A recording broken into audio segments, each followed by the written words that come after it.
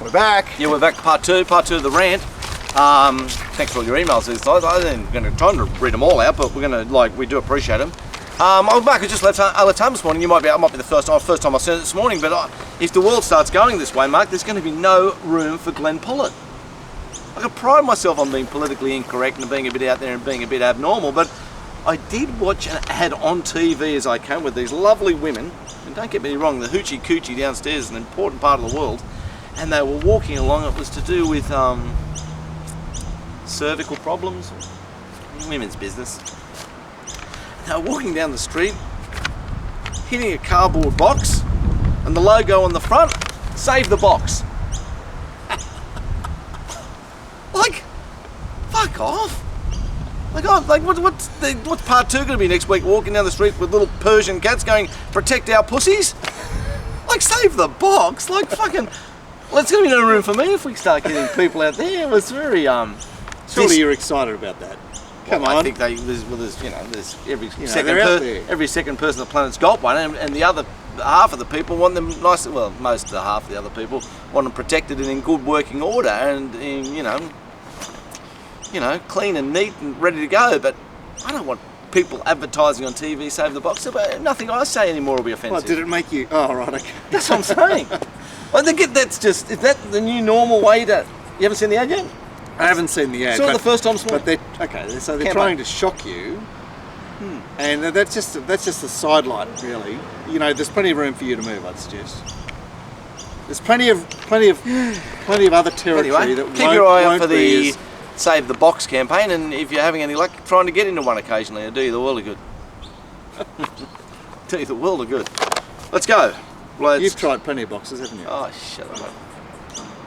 My life. If I had my life over again, it'd be not just 2 in a lifetime, it'd be 2 a day. A good fan of the show, and Greg, a big hello to Greg. He's out of the track there every Saturday. Yeah. He said he comes down from Newcastle, And Wednesdays? Comes all the way down. And he gets to a lot of Thursday meetings. He gets to a lot of meetings. Great. Yeah, what a good man. He said, "I'm worried about Gordy.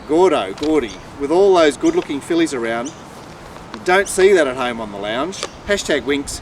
# track advantage." There was some lovely ladies. Oh my God, out there, it was a couple of them positioned up there in the ring. They put their seats right in the middle of the betting ring, and normally turn them around. They blocked the betting. They blocked it, and normally I completely blow up about it, but they're all about 19 to 23 with beautiful brown bodies and tits hanging out. It's the first time I ever blow up. Oh, you girls can sit there. Aren't we all awful?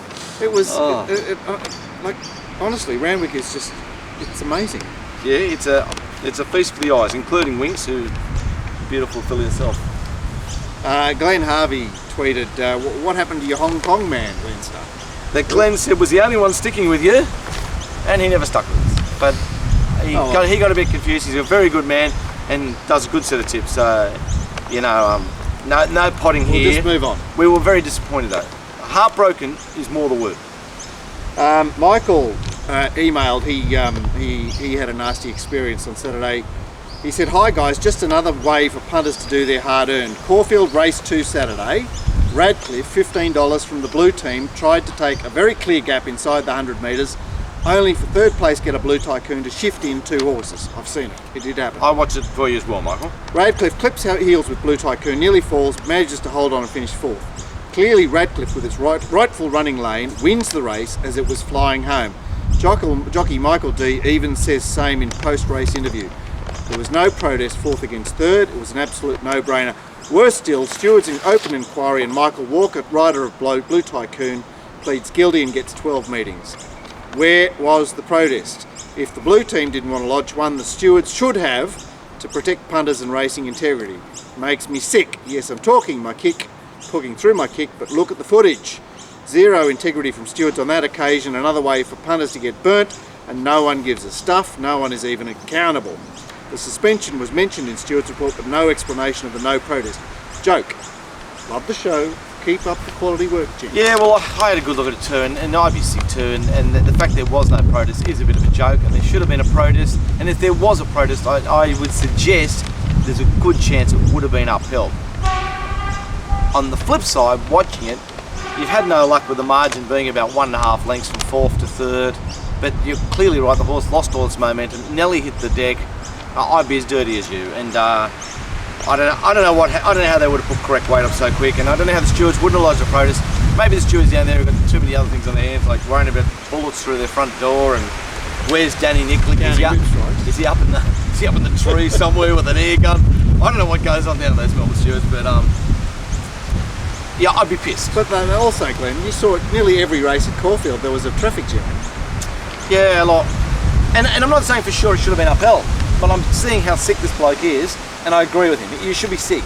Yeah. That you can't put correct weight up. The horse moved in, your horse got hit in the nose. How it ran fourth, I'll never know. It almost stopped to a walk while it picked itself up, and showed you how dangerous race riding is. And that, of course, people like me are very hard on jockeys because I go, I'm thinking mathematics and why did it take that run? But they're also animals cruising at 60 kilometres an hour. I've ridden a horse at Katoomba and I went at 2 mile an hour and I was shitting myself for 3 hours. It's going dum-dum-dum-dum-dum. Oh, it's going a bit fast. The old Glenster. Can you slow this down? He was nearly killed again. So bad luck there, man. That was the unlucky side of racing, and you copped it. The Keg said, I'll be disappointed if C. Williams doesn't receive an almighty spray from the Glenster after that ride. Hashtag no idea, no doubt. Hashtag no idea. I give C. Williams a spray every time I see him just because I don't like the look of him, and he scares me, and I feel better about myself. But now that he's numb for 27, he'll be getting a few more gobfuls. David Diamond, good friend of the show, and very kindly introduced himself to me on Saturday. He said he tweeted just after Winks. He thought Haraki was very good value at the even money. Hashtag fill up. I was actually looking at that place price just before the jump, thinking, surely it is the only horse that can run second. Haraki being $2 a place, we're talking about, pay 1 too. So I had a and you'd have to be out of your mind to take $1.03 the place Winks. Well, we wouldn't take $1.03. You'd take $1.10 a win, because if it doesn't win, it means because something happened to it. Yeah, if it doesn't win, it doesn't run second. Yeah, it's a myth. That breakdown. Oh, all the exciting things that could happen to a horse that never seem to happen to these good horses. She's good horses, mate. They're like. When I first got racing, I used to love a good horse. I love Kingston Town. I make his own luck, and I'm with the king. And now I'm old and miserable. I've said it before. I'm never with Black Caviar. I'm never with a good horse. I hate them. But don't you think there's more green light racing now than there was then? What does that mean? It means you get a horse like Black Caviar, Winks or whatever, everyone's rooting for nothing to go wrong. It's like... and you get a lot more $1.10, $1.12 racing now than you ever did then. Back in the old days, you get on Kingston Town, he was unbeaten, he'll win again. You want 4 to 5? Yeah, I'm a kid, I'll have 100 to 80 on. Yeah, you fucking idiot bookies. God, I love those days. Glenn Harvey tweeted just after a guard of honour, he said, "On fire, boys. Wino lands a moral as well. Hashtag hammering like a button. Hashtag Leinster style." What's this Wino? Is that Gordy? Yeah, that's Gordo. Gordo. So because before that race, I'd said that Fabrizio was the best of the day, and Glenn had also tweeted, "Red hot mark, $6.50 early shopping. Hashtag curl the mo." The old curl the mo. There's plenty of value in the previous show, and it comes to you twice a week now, with all 3 of us on board. Unless I've got a meeting on, of course, and we're doing our best, especially for you to secure the early odds. So I'm sure that helps you. Especially for the big price of, as Channel 9 says, free to air or whatever, free and live. Well, we've got fewer ads than them. Fuck. Yeah, exactly. Jared wrote in, "Glenn, we all know how good Hartnell's going, but how much does he have left in the tank going to Melbourne? Yep. Dufficy has him winning both cups. Interesting to note, he's performing on the softer Randwick surface, although I would have said Randwick was fast on Saturday. I think he has to do it on a dry track in Melbourne before I commit, although you're not looking like getting a dry track in Melbourne right at the moment. In fact, you're not looking like getting any racing. And to be honest, I don't think this fella's going to commit now. He's not going to. If this course goes down, he's going to miss the boat again, because it will win in Melbourne next start. Not to mention O'Shea's poor record in Melbourne. Which I agree with.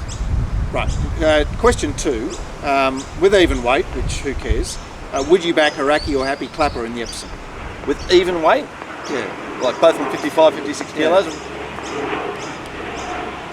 Great question. Haraki's flying. Happy Clapper looks to be getting ready. I back Happy Clapper. Right. So you're there on suspicion, because for me, the getting ready, I don't buy the getting ready. I realise that there's intention there, but I really want horses to show that they're flying. You want evidence. Yeah, I know. Yeah. I know that that doesn't work in Group 1s. You know, it's all about the target. The getting ready is a thing of the past. It is a thing of the past. But that's right. You could have argued that impending was getting ready against Stern, but it wasn't. Well, it probably was, but ready wasn't good enough. No. And can Perman improve? We sort of mentioned him in our part 1 there. He does have a great record, and the next up will be the Turnbull. Look, he will definitely improve. Whether that's good enough, or whether he gets beaten 4 lengths and finishes 5th, I'm not sure. Going forward, the one thing I say about Perman, I think he's going to be a little outside the market, so maybe he'd be worth a wager. But everyone keeps remembering, how solid was that memory for it to be $6 on Saturday? How was it $6 on Saturday? Well, because it's the 2,000 metre Australian champion. How was it fucking $6 on Saturday? That was incredibly short of. Anyway, here we've got another bloke here called. Forgetting about wings, of course. Gord Hater. Yeah, Gord Hater. He's actually got an email, gordhater@hotmail.com. So he's just made that one up. He's gone to a lot of trouble here to hate. He's just made that up. He just put it in the box. Oh, did he? I think so. He says, "Is he fair dinkum, this prick?" That seems unkind straight away. This prick. Right. Yeah. So he's led with the front foot. He reminds me of that Sheila on Channel 7 in the morning. He's talking about Samantha Arms. I hate all those morning people. If David Koch ever gets murdered, I'm favouring. Can't stand her. Gord, he's got no idea, but thinks he's some sort of professional. Well, he is a professional. Big load of Gord who's not here to defend himself. Yeah. Gord talks like shit, looks like shit too. Must be all those wines he's on. Can't do a 30-minute show without having a drink. Fuck me. That's not wrong with that, mate. That's good. I think that's part of the appeal of the show. What we drink on the show. Let's go through over the years. We've drunk on the show, picked our nose on the show, I've farted on the show, I've brought my own bottle of piss on the show. I've given you my whole secular repertoire of the history of my life. I told you about Worling. This is very tight. I'm completely suicidal. Can't wait to go. I mean, we can't be more fair dinkum on this show. I had shin cancer. Drinking seems very tame, really. Shin cancer, itchies, scratchies. Fuck. Anyway, and so he drinks. It's nothing. A wise takedown overrated, imbecile. Well, that was just his opinion. It's never had a rap on it in its life and was 30-1 last start, as in 30-1 in Brisbane. That thing he said couldn't win last Saturday, bolted in, that's the Saturday before, I can't remember what he's talking about. And he's got the cheek to say that the 3 red hot tipsters on the show tried to wanker, fuck him off. Well, wow. That seems mean, but we'll pass on the message to Gord, and you know what, he'll pop it on the chin and he'll suck in another wine and he'll think, fuck you, but we really appreciate the email. G'day boys, long time watcher, first time emailer. Interested to get your thoughts on So You Think versus Winks. Who'd win a 2,000 metre race between them? Cheers, Will. Great question, Will. I was thinking really about good question. Really good question. The Winks that raced on Saturday, So You Think would beat, and the Winks we've seen in the past, I think would beat So You Think. Well, see, the Winks that won the Doncaster, I'm going, holy fuck. Oh my God. That taking the gap business. That was awesome. That beats So You Think. But the Winks we saw on Saturday, trying to beat all those cripples, So You Think would have been 4 lengths in front of them. But a great question, and again, horses from different generations, hard to line up. A better question might be this, and I think it would express your answer better, and you can ask yourself the same question. As an owner, and you got to own 100% of either horse, which one would you choose? And I'd say Winks. Or even punter is a better question. Punter? Yeah, well, because you, as an owner, you're going, well, say your thing's got, he's got this target, whereas Winks might win all the races in her preparation, whatever. I'm just saying, as a punter, you get to choose your horse at the moment of your desire. I would choose Winks, and I'd give it to Con Caracasans to train. Up you go, Connie. Keep the fight up, brother. Gee, they haven't missed Con, have they? Honestly. He could be gone, Con. He's a regular suspect, I think he's a regular suspect. I think that's the way life has also gone. We've corralled people into, right, well, these are the good guys, and these are just the middle peggers, and these are the naughty boys. Yeah, naughty boys. Yeah, so we'll just go to them every time. And I'm not saying they've done the wrong thing, because they've got some information, but the whole going back to the stable and him racing back and they're chasing after him so he doesn't, the detectives were chasing and it was a 2-car to get back to the stable, and then they've got the right to just come into your stables, which I think is unbelievable. Yeah. That's an unbelievable, why you just can't lock the door on the steward and say, mate, get a brief. What's a warrant? A warrant. But part of your license agreement is that can come on at any time. Like you pay the rent and they can come on whenever they like. That's really weird. Yeah, I think they should be paying some of the rent for you. If you're going to enter into that sort of arrangement, if you're going to make the game like we have complete power If over someone you, said to me I could be at the tractor in the Manning Yard Mile punting on Saturday, or be the third car in the chase back to Carrick's stable, honestly, I'd pick the third car. I'd be taking runs. Fuck, these stewards can't drive. I'd be giving Con a buffer. Come on, Con. Would have been so much. you'd be riding shotgun. I always ride shotgun for a baddie. Got to. Even though I'm not saying he's a baddie. Funny story though. Oh wow. Great story. Great theatre. So well done to the stewards. Well done to Con. Good luck with the upcoming hearings. I hope you beat it. And I like the part of the story. Did you hear about the story that he thought it was an old girlfriend that's dirty with him?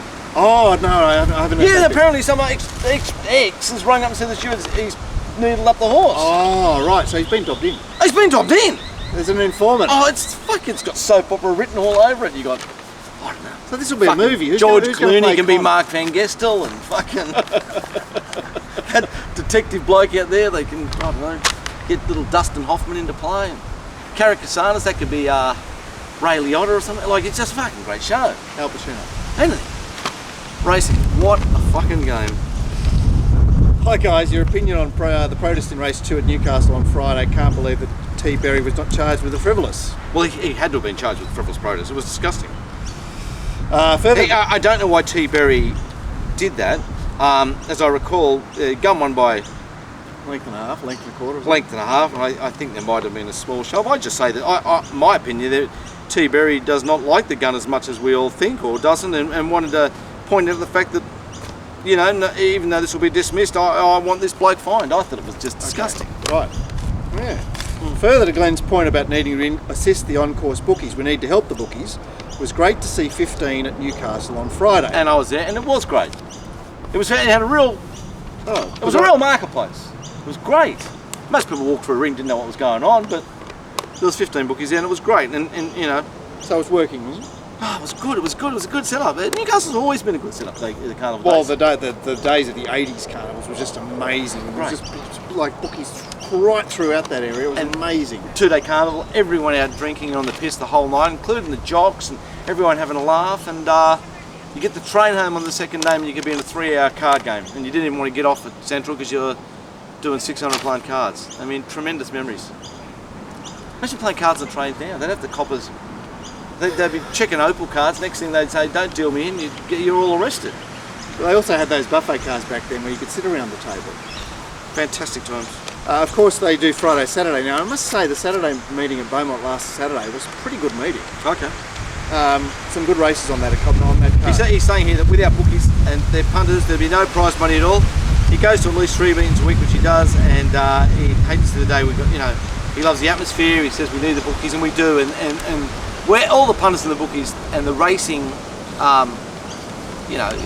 industry like community, know we need bookies. Unfortunately, ones at the top making the rules and making the decisions think that everyone would just bet on the tab. But we spoke about that 100 times. So what we can do to help bookies, I don't know. So what about those places that have no bookies anymore, the trots and the dogs? They're fucking brothels. I know, but did the administrators there go, oh gee, you know, we really miss our bookies? No. I don't think they wouldn't go and notice. So even if no bookies end up on the track, it's like no one's going to notice. I think no one notices. I think no one notices, just the bottom way. I suppose there are corporates, you know, supplying prices, so... Got a couple of girlfriend friends that I know, and they came out and one of them had their first bet on Hartnell. First bet ever. Put $50 on the tote. And didn't ask me, just got a tip off her dad. This will win. Had her first ever bet $50 on Hartnell. I was so excited waiting for the race, and her friend came over and she said, oh, how you going, Glenn? And she said, what do you think of Hartnell? I said, look, it'll win. And I said, well, she went, oh, it'll definitely win. I said, it'll sit second, it'll cruise home, blah, blah, blah. She said, well, I'm going to have $50 too. And Leo Lewin was $1.45 at the time, right next to where I sit. And I said, well, go over and ask Leo. She went over to Leo. I said, come on, Leo, give her $1.50. And thank you for that, Leo. He bet her $1.50. So he bet her 50 to 25 on. Well, they both came back cheering. And there was one girl collecting 75 off a bookie, and there was another girl collecting 65 off the tote at the $1.30 parimutuel. And the look of disappointment over $10, and their brains going, wow, that's a big return difference on my investment.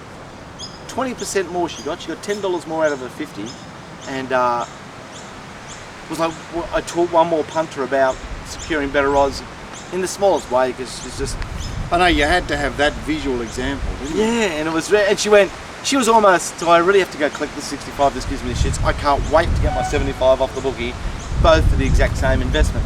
And that's what we need to teach punters, and that's what people need to learn about, because eventually, you know, that's a perfect example. If that two girls on the drink, they probably won't come back.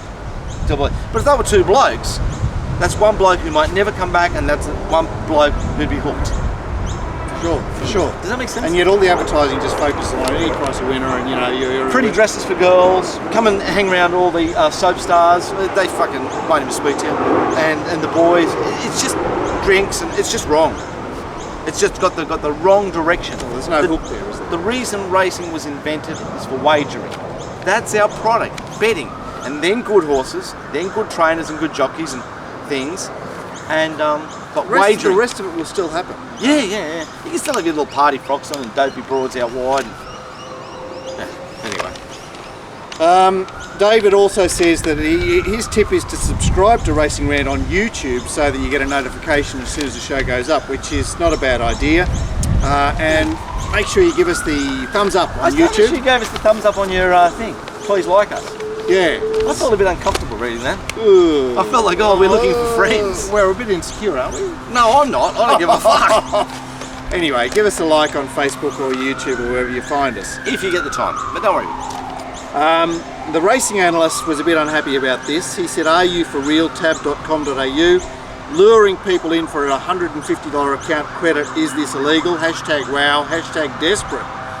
And he sent through a link to a Tab Market Research interview invitation where they invite you to attend a session at the Tabcorp offices in George Street. And it's Thursday, 15th September, anytime between 9 AM and 7 PM. Session will run for 2 hours. You'll be reimbursed with a $150 Tab account top up as a thank you for your time and travelling. There's no selling or follow up involved, blah blah blah. The purpose is to assist Tabcorp with marketing and product development. And he seemed to think that it seemed wrong to be paying people with betting vouchers who'll end up donating it back to the Tab. Any thoughts? Sounds icky. Anyway, John Scoss, he just waded straight in, and I don't know John, but obviously we all know him through mounting yard reports or tips from I know who he is. He said he thought it was a better deal than the phony baloney deals the corporates, core pirates. Oh, I haven't seen that before. Yeah, core pirates. With their T's and C's offer. And then he weighed in again saying better than robbery. So, okay, he's saying that. Yeah. Sticky. Yeah. Is that going to end of part 2, you think? There's a few just all tweets and that. I've just gone through and there's not much we're going to miss. Yeah, look, this the stuff we can we do appreciate all the tweets and everything. I think there's one more email from Bob about the logo, I think. Oh yeah, Bob emailed about how he liked our Racing Rant logo and thought it was simple, and we really liked it too. And where'd we get it, Mike? So a very good man called Callum at Creato kindly designed the logo for us and did a very good job. He gave us about half a dozen to choose from. Very Clean and simple, and reasonable rate. So got our horse there on the winning post. We're very thankful to Creato for supplying us with the design there of the logo, which we're very happy with, and we hope that you'll continue to look at. So plenty of upcoming action with the spring, and great time of year to be betting. Sun's out, planes aren't too loud. I'm not been in trouble with the stewards yet, hopefully not. And good punting for the How weekend. often were you in trouble with the steward? Seriously? Well, I've only been in trouble once. Yeah, and that was there was a fix was in there. Oh well, that's right. We all move on, forgive and forget, have a bit of a laugh.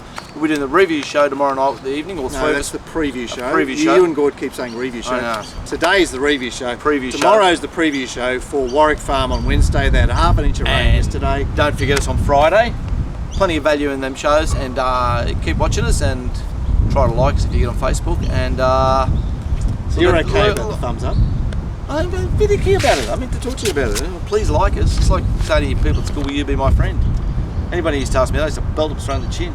So we'll have some freebies from Mick this week because there's no Metro meeting on Wednesday. It's a meeting at Sale. He's going to do up a couple of races which we'll have free on Facebook. Great. And keep your eye out for that ad. Save the box. Very important things, those boxes. Boom, boom, boom. My word. See ya.